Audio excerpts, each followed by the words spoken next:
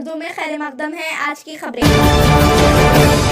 విజ్ఞానవంతులైన సంగారెడ్డి నియోజకవర్గ ప్రజలకి నాదొక విన్నపం. ఈ ఎంపీ పార్లమెంట్ పరిధిలో ఉన్నటువంటి 7 కాన్స్టిట్యున్సీల్లో బీఆర్ఎస్ అత్యధిక మెజార్టీతో ఎంపీ అభ్యర్థిని గెలిపించబోతున్నారు. కాంగ్రెస్ బీజేపీ కుయుక్తులతో కుట్రలు పన్ని బీఆర్ఎస్ను ఓడించాలన్న ఓ దుర్మార్గపు ఆలోచనతో ప్రజలని తప్పుదో పట్టిస్తూ ముస్లిం మైనార్టీను అదే రకంగా క్రిస్టియన్స్ ఓట్లు ఏకపక్షంగా మరి కాంగ్రెస్కు వేపించుకోవడానికి ప్రయత్నం చేస్తున్నారు. తద్వారా బీజేపీకి హిందూ ఓట్లు డైవర్ట్ కావాలి అని చెప్పి వాళ్ళ ఆలోచన.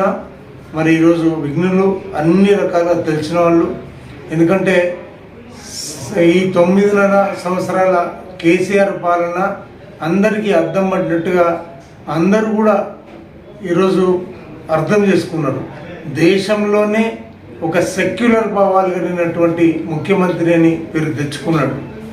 మరి సంగారెడ్డి నియోజకవర్గం మీద కూడా ఆయన పూర్తి శ్రద్ధతో మరి ఎన్ని నిధులు ఇచ్చిందో మీ కళ్ళ ముందర ఉన్నాయి, మీకే బాగా తెలుసు.